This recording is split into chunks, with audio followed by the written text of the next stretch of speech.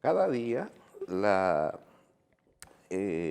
tecnificación, la robotización está tomando mucho más auge a nivel de la economía y las ciencias en el mundo. Ya se celebró en Alemania, Narciso dice que fue en Suiza, pero yo no estoy muy seguro. Ginebra, Suiza. En Ginebra. Sí. Hubo una cumbre mundial de la inteligencia artificial. Lo interesante es que en la cumbre los exponentes fueron los robots.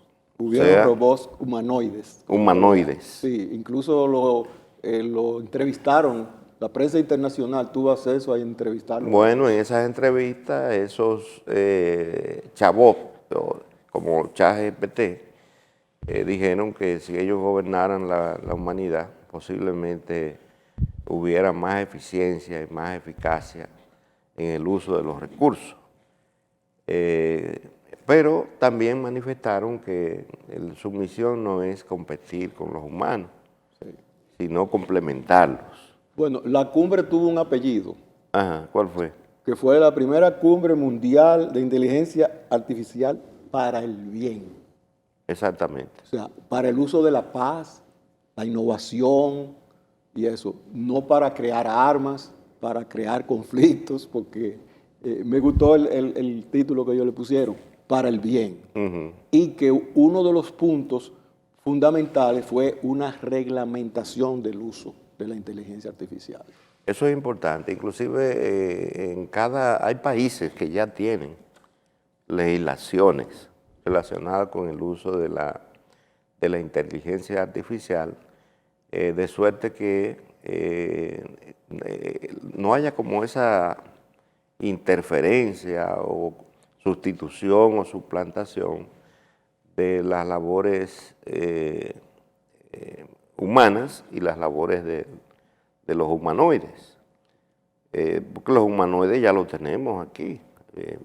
Dominicana no está tan avanzado, pero ya hay bancos aquí que usted va y quien los recibe a usted es un robot, ¿verdad? Y usted a ese robot le da una serie de comandos y el robot le va guiando para que usted, dependiendo de lo que quiera hacer en esa institución, se dirija a tal o cual departamento. ¿No? Porque puede ser que la mente de la gente crea que el robot es una figura y puede ser una máquina. Es una máquina. Una máquina sí, tan sencilla. También puede ser una figura, sí. ¿Verdad?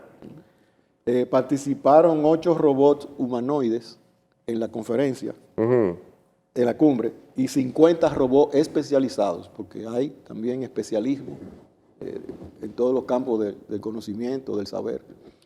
Y hubieron 2.500 asistentes presenciales y 15.000 virtuales. O sea que el tema... El tema llamó mucho la atención. Sí, y una de las figuras muy importantes, que se le dio mucha importancia, fue, no recuerdo el nombre, es una mujer, que es la directora de la Organización Internacional de las Telecomunicaciones. Interesante, muy interesante. Sí. Bueno, Marcia, se celebró en esta semana, el día 7, creo que fue el 7, se conmemoró la muerte del suicidio del presidente Antonio Guzmán, de la República Dominicana. Es un tema psicológico interesante. ¿Por qué puede producirse un suicidio? Sobre todo de una figura tan relevante como un presidente de la República. Mira, para cualquier ser humano, no el presidente de la República, sino cualquier ser humano, cuando llega vamos a decir un lapsus o una crisis en la que mentalmente no encuentra salida, el suicidio es una salida a situaciones que yo no estoy manejando y que no le veo solución. Pero eso no escapa a ningún ser humano porque nosotros vivimos con mucha presión, con mucho estrés Y cuando el ser humano no ha podido trascender a la cotidianidad y a la realidad del día a día, sabiendo que mañana es otro día, que siempre habrán soluciones para la cosa, y el que tú no encuentres una solución, ¿tú sabes qué, Narciso? También es una solución. Claro. El no hacer nada también es una solución, porque hay situaciones que hay que permitir que ellas sigan su curso sin tú intervenir, porque hay cosas que hay que vivirlas. Un elemento que yo le señalaba a Agustín, fuera de, es que había precedentes en su familia. Su padre se suicidó, su hermano mayor se suicidó. También tú referías la muerte en accidente De su hijo Iván. de su Y hijo él Iván. tampoco pudo, Entonces es una nunca, el duelo, superar no eso. pudo superar el duelo. Fíjate, pero ¿qué hay ahí? Ahí hay una conducta aprendida. Ahí existe una forma de tú canalizar situaciones que tú no tienes cómo resolverla y lo que hace es como una forma de huir. La muerte es una forma de evadir y de huir también. Y si tú desde niño estás mirando, o de joven, adolescente, cómo los adultos de la familia manejan casos, manejan situaciones, ¿qué tú crees que es una situación difícil? Porque no es una persona que esté atormentada mental, o la gente está equivocada, la gente cree que tú tienes que tener. No, señores, miren, un suicidio puede ocurrir en un momento de estrés muy fuerte, en el que tú no encuentres salida y ya si tienes precedente, pues tú vas a recurrir a eso como salida. Ahora, hay otros tipos de suicidio, de personas que se deprimen, que comienzan a tener ese tipo de pensamiento, eso ya es un trastorno mental, ¿ves? Que es diferente. Yo pienso que en el caso del presidente, el precedente familiar fue una conducta que él observó y fue la decisión que tomó, porque recuerden la forma en la que él llegó al gobierno, la situación, todas las situaciones que él tuvo que manejar, fueron situaciones, yo pienso, que rebasaron todas sus capacidades, o de cualquiera que en ese momento tuviera que jugar ese rol. Lo importante aquí es poder analizar que nadie escapa a esta situación. ¿Cuál fue el otro que se suicidó un día de esto del PLD? Hace un tiempecito. Reinaldo Pared. Reinaldo Pared. Era Para mí Reinaldo Pared es una persona lúcida con todas las capacidades, pero me luce que en el momento que estaba viviendo no aceptó quizás su condición de salud, pienso yo. Pero aparece que había otro elemento, Marcia, porque se dice que las últimas pruebas que le hicieron en Estados Unidos ya no habían encontrado células cancerígenas en su cuerpo. O sea, que él estaba sano. Bueno, que él estaba manejando la situación y que tenía la oportunidad de seguirla manejando de manera positiva. Había un diagnóstico positivo. Bueno, mira, para el hombre, para el ser humano, enfrentar situaciones en las que se sienta vulnerable cuando tú has venido manejando tanto poder, eso genera impotencia a nivel Por ahí anda la cosa. a nivel personal, ¿ves? En Eso el caso psicológicamente él estaba afectado, emocionalmente. Para parece. los menores de 40, es importante señalarles que Antonio Guzmán en ese momento era del Partido Revolucionario Dominicano y que el Partido Revolucionario Dominicano, junto a muchas fuerzas políticas disímiles de la oposición, de derecha, de centro y de izquierda, derrotaron a Joaquín Balaguer en aquellos famosos 12 años, que fueron unos años muy famosos, caracterizados por la represión, caracterizados por la mano dura, los crímenes, los encarcelamientos, las deportaciones, porque hubo gente que fueron deportadas. Un régimen sumamente, a muchos le dicen dictatorial, otros lo suavizan un poco, ¿verdad? Y dicen que era un régimen democrático.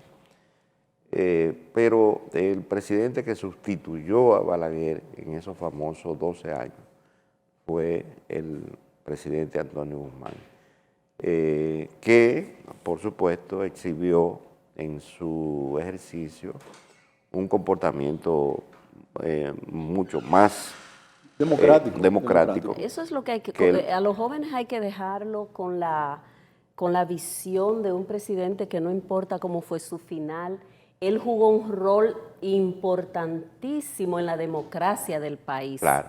Y eso es algo que debemos agradecer a Antonio Guzmán. Para mí es muy penoso que el Congreso Nacional haya designado como padre de la democracia a Joaquín Balaguer y no a Antonio Guzmán. Eso es un golpe a la democracia. Claro.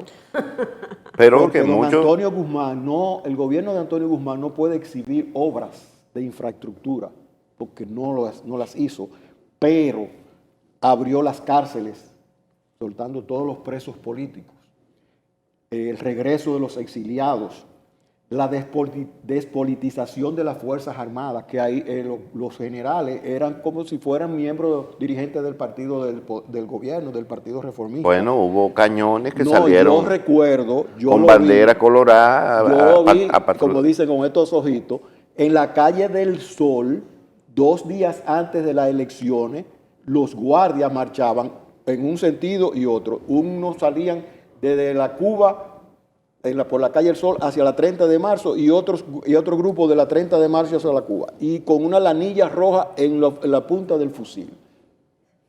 Pero mira, yo recuerdo que mi papá dijo, se respiran aires de libertad. Desde que llegó Guzmán, fue una confianza que el pueblo sintió de la opresión a la cual veníamos siendo sometidos. Era un factor más psicológico, claro, que es real en lo que nosotros estamos viviendo con todo eso que tú mencionas, porque psicológicamente eso tenía amedrentado el pueblo. Claro. Bien, señores, la última noticia que vamos a comentar en esta sesión es la referente a la disposición del presidente de la República, Luis Abinader, de hacer un censo de los bienes del Estado. Aquí no se sabe. Recuerden que después de la muerte de Trujillo era el gran capitalista, el dueño de todo. Esto era una finca. Esto era una finca de Rafael Leónidas Trujillo. Después de eso, los bienes del Estado, en algunos casos, fueron agrupados en la Corporación Dominicana de Empresas Estatales, CORDE, mejor conocida como CORDE. Estaba el CEA, que era bastante grande en esa época. 12 ingenios azucareros. 12 ingenios azucareros. Entre ellos el ingenio azucarero más grande del mundo, que era Río Jaina. Río Jaina, sí.